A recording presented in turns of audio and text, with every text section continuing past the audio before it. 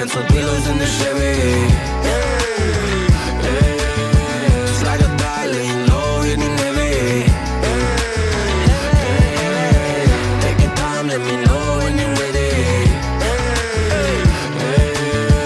Couple months I've been messing with this steady. Open for plans tonight. Lost in the afterglow. Oh girl, your love for me keeps calling me, so I'm calling you. Love, give me like the fire. I long for your company. Hey guys, the product database will help you generate product ideas, which is perfect if you don't know what you want to sell yet on Amazon. What we've done is recatalog Amazon's products in our own database, with filters that are user-friendly for sellers. Let me show you how to use it. The first thing to do is to set your filters. Select the Amazon Marketplace to look in, then the categories you want to search. Let me share with you 3 jungle tips for those new to selling on Amazon. First off, we recommend staying away from some of the electronics categories as they have a lot more moving parts and chances of things going wrong with them. Remember, it's a good idea to keep your product simple. Next, we also recommend avoiding grocery and gourmet food. Anything that goes in or on your body can be a higher risk. And finally, in the clothing category, we've found buyers tend to be quite brand loyal and less likely to purchase from a no-name brand. Just some things to keep in mind. After the categories, you've got product tier. For beginners, we recommend standard size products. Oversized products are larger and heavier and therefore more expensive to ship. Amazon can also impose restrictions on how many you can send in at a time. The type of seller indicates if the product is being fulfilled by Amazon, fulfilled by merchant, or sold by Amazon themselves. If you don't check the fields, it will search all of them. Next, searching using price has its advantages. We have found that profit margins start to get small if you search below $15, so I'd keep that in mind and maybe not go lower. You can also use our net filter column to help with this. The net value refers to the profit left over once you subtract Amazon's FBA fees from the sales price. Setting the filter to be at least $10 or $15 will therefore achieve the same goal. Don't forget to consider all expenses though.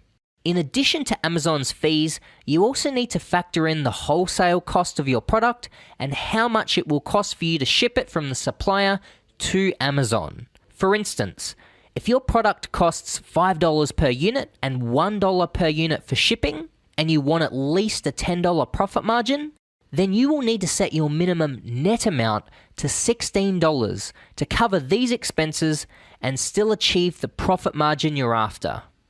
You can select other filters such as bestseller rank or a product's weight. We like number of reviews as it can help you gauge the level of competition on that listing, and we'd suggest looking for a maximum of 100 reviews or even 50. Another jungle tip. Look for products with high sales but a low star rating to find products to improve upon. The LQS, or listing quality score, tells you how good the product listing is. All the products in our database have a score between 1 and 100, with 100 being a great listing. So look for listings with a low listing quality score, meaning you have the opportunity to improve upon the marketing of your product. One filter we always recommend is sales. When looking for a product, you want there to be high demand but low competition. Since demand is represented by sales, we suggest looking for a minimum of at least 300 sales per month. There is also revenue if you have a particular number in mind that you're shooting for. Otherwise, using sales is completely fine. You have the option of including or excluding keywords if you're really trying to narrow down a particular niche. If you use this tool, we found the best results come from keeping the keywords fairly broad and not put in too many. Remember, you don't need to use all these filters at once, but pick and choose the most important to you and play around with different combinations to discover different product opportunities. As you do this, you have the ability to save a filter set, so you can return to that search at any point in the future. Just hit the Load Filter Set button. You'll see we've also included some of our own presets to get you started. Once you're ready, hit search. The total number of results will be shown to the left, and over here, you can download them to view them in a spreadsheet later on. The listings will be displayed below with all the information from the filters above. You can sort by any of the columns, ascending or descending. Click the title to view the listing on Amazon. You can even click the ASIN to bring up a keyword cloud of all the most used keywords within that listing and title. Over here you can get a full breakdown of the Amazon fees, and below that you can click on the net amount to access our Fba Profit Calculator. This is a really powerful tool. With it you can test any sales price, input the costs of the product to calculate how much profit you would receive if you were to sell that product, and remember, don't forget to factor in that other big expense, shipping to the Amazon warehouse. Being able to quickly see the profit margins for different prices is incredibly handy.